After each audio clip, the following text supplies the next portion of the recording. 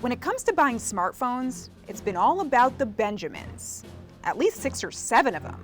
The newest iPhones and Galaxy phones tend to start at $650. But what if we've been buying too much phone? Like hundreds of dollars too much? This is the Blue R1 HD. Yes, a $50 Android smartphone. You want to know the craziest thing? It's not terrible. The phone actually starts at $100. But if you're an Amazon Prime member, you can get a $50 version that places ads on your lock screen. It's certainly no new iPhone or Samsung Galaxy, or even a $350 Nexus 5X. But if you just need the basics for web browsing, social media, and email, this might fit the bill. Terrible pun intended. Let's start with the good stuff, including the fact that this thing feels more like $150 than $50. It has a metal frame with curved edges, and it's got a big 720p 5-inch screen. No, it isn't quite as good as the Moto G's 1080p screen, but again, $50. Scrolling through Facebook and web browsing is smooth enough. Playing Pokemon Go, however, please don't crash, I just want to get the rare Pokemon. I would suggest the $60 version with 2 GB of RAM.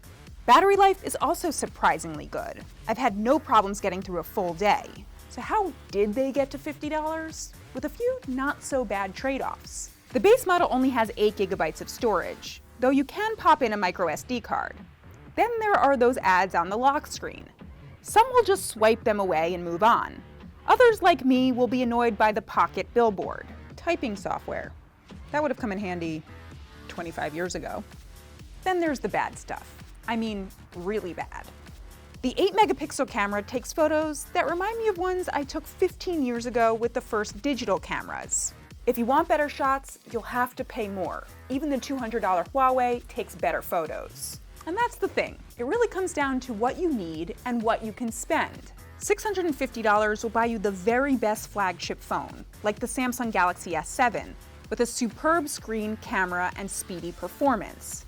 Dropping down to a mid-tier $400 phone, like the Nexus 5 or OnePlus 3, is the sweet spot with 1080p screens, good cameras, and fingerprint sensors.